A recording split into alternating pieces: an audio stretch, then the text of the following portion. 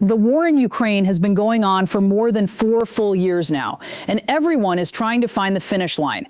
In a normal war, one side wins, one side loses, and then somehow life tries to move back toward normal. That's the version of this war's ending that most people have in their heads. But this is not a normal war, and its ending could spell doom for Russia and possibly even for Ukraine. So here's what we're going to figure out together. First, how does a frozen front actually destabilize Russia more than it does Ukraine? Second, why are millions of Russian veterans about to become a political time bomb the Kremlin can't defuse? And third, what happens when a state builds an entire economy for war and then the war stops? We'll get to all three. But to make sense of any of it, you need to understand one thing about how this war has fundamentally rewritten what peace actually means to each side. And it's not what most analysts tell you. Rather than ending with a clean victor and a loser, the most likely outcome of the war in Ukraine is a frozen front.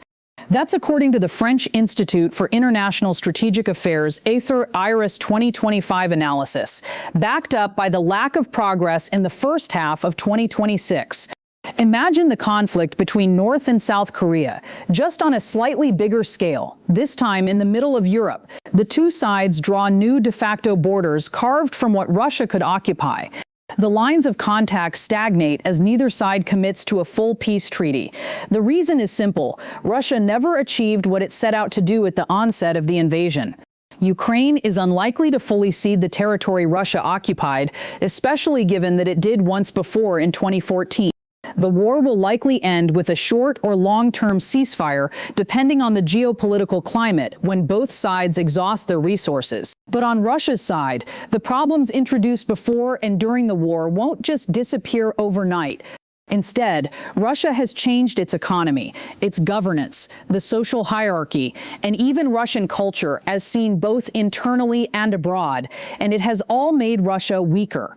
But let's start with what peace actually means, because Russia and Ukraine are not waiting for the same thing. In Ukraine, the Kyiv International Institute of Sociology reported in February 2026 that 57% of Ukrainians categorically reject the withdrawal of Ukrainian troops from Donbass, even in exchange for security guarantees from the United States and Europe. The message is clear. Ukraine can accept a frozen front only if a real security architecture comes with it. Binding guarantees, NATO alignment, a path to membership. What they will not accept is a concession dressed up as a compromise, especially one that leaves the country exposed the next time Moscow decides the moment is right. That was already tried in 2014 with Crimea. It didn't work. Russia is a different story. In December 2025, the state pollster VTS-IOM and the independent Levada Center arrived at the same headline from two different directions. VTS-IOM found that 55% of Russians linked their hopes for a better 2026 directly to the war ending, with 70% viewing the coming year as more successful than the last. Levada, surveying 1,618 respondents across 50 Russian regions in mid-December, found that 66% of Russians actually favor a shift to peace talks. By February 2026, that pro-negotiation figure had climbed to 67.2%, with those in favor of continued operations down to 24.3%. But here's where it gets interesting. The same Levada data shows that 3/4 of Russians believe Russia should make no territorial concessions to end the war. They want the shooting to stop. And they want to believe they did not lose. Both of those things at once. That combination is precisely why any ceasefire is such an unstable political outcome inside Russia. It gives the Kremlin something it can package as success. The state will say it held the line, defended national interests, and stood up to NATO. But there's likely going to be another question. Why does everything seem so much worse for Russia? That question leads directly to the second problem. The same ceasefire will produce two completely different verdicts, and only one of them is survivable for the country that receives it. For Ukraine, the national story is already rewritten.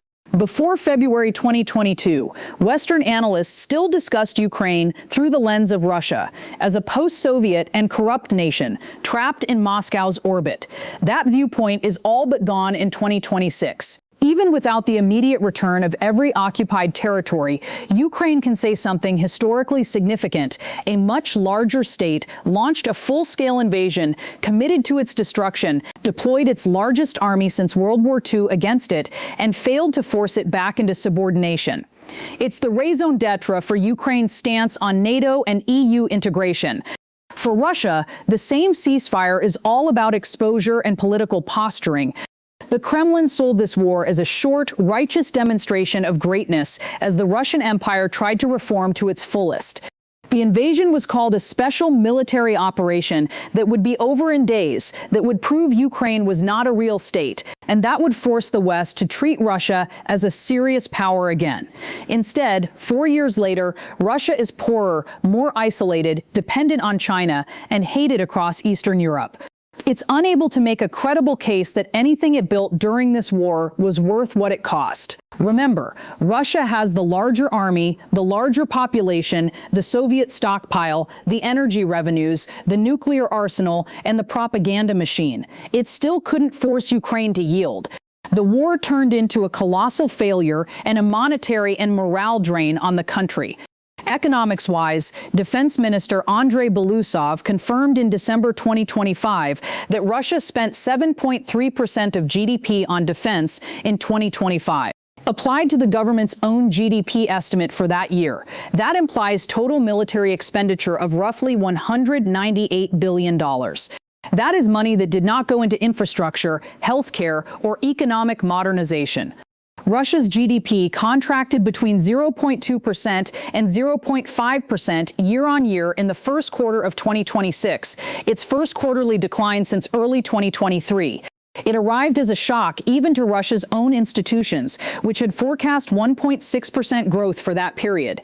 Shortly after, the Russian government slashed its full-year 2026 GDP growth forecast from 1.3% to just 0.4%. Inflation is running at approximately 6% and continues to erode household purchasing power. Russia's central bank kept its key interest rate at multi-decade highs to fight that inflation, which reduced civilian investment and borrowing even as defense factories ran at full capacity. Energy revenues, Russia's primary fiscal lifeline, fell approximately 40% year-on-year in the 12 months through April 2026. That's driven by lower crude prices, European sanctions, and a strong ruble that squeezed export margins. In turn, Russia is implementing a VAT increase that took effect in January 2026, which effectively leeches money from medium-sized businesses to try to continue funding the war. For a period, the war gave Russia an artificial economic boost. Defense factories pulled in workers. Wages rose in some sectors. State television could point to production figures and call it a strength. But beneath the surface, credit became expensive. Independent speech became dangerous. Travel became harder. Prices kept rising. And even people who still supported Putin increasingly complained when they felt safe enough to say so that officials were lying, suppressing bad news, and hiding reality from the top. The clearest public signal came when Victoria Bonya, a Russian television personality best known for reality shows and beauty content, posted a video rant about the state of Russian life that drew more than 30 million views and forced the Kremlin to respond publicly. And it wasn't because she said anything especially sophisticated. It was because she was exactly the kind of person who was not supposed to say it. The Kremlin can dismiss liberals, exiles, and dissidents as Western agents. When someone from the apolitical world of celebrity and luxury says the system is rotting, millions of ordinary Russians can recognize the mood and sympathize. As for the public itself, the actual winners of the war in Ukraine aren't going to be the governments at war, but the people who took part in it. For Russia specifically, the first and most visible group is contract soldiers and their families. In poor regions, military service became a great elevator for social and economic climbing, with wages that would rival some of the most lucrative jobs in the country. In July 2024, 2 years into the war, Putin signed a decree nearly doubling the federal signing bonus for recruits. In early 2026, the regional signing bonus reached 2.6 million rubles, approximately $35,000 in total in some regions. For men with few other options, this was wealth they had never seen and had no other path to. The monthly salary for a contract soldier fighting in Ukraine stood at 210,000 rubles, about $2,400, back in 2025, more than double the national average wage. This pulled labor away from civilian jobs, drove wage inflation across affected regions, and created a population of families whose standard of living was entirely dependent on the war continuing. The second group is the defense industry workforce. Arms plants, drone manufacturers, electronic suppliers, and repair facilities needed the most manpower, and the government supplied a steady stream of contracts to fulfill them. But these sectors face two major issues. One, the Russian government is notorious for underpaying for contracts or simply failing to pay them due to being one of the few available options for manufacturers. Consequently, even when these manufacturers should be thriving, the Kremlin is so strapped for cash, ironically due to funding soaring military wages, that it defaults on payments for the very hardware required to sustain the war effort. Second, these sectors can't really return to normal when military orders stop. Once contracts dry up, suppliers lose customers, and workers who had stable employment in a booming sector suddenly find themselves in a stagnating civilian economy. There is no planned transition, no managed conversion, no civilian production pipeline waiting to absorb them. Russia is running on a war economy without a post-war destination for it. The third group is smaller but politically louder, the ideological class. Z-bloggers, patriotic influencers, volunteer fundraisers, local fixers who learned to speak the language of war and discovered, often for the first time in their lives, that they were important.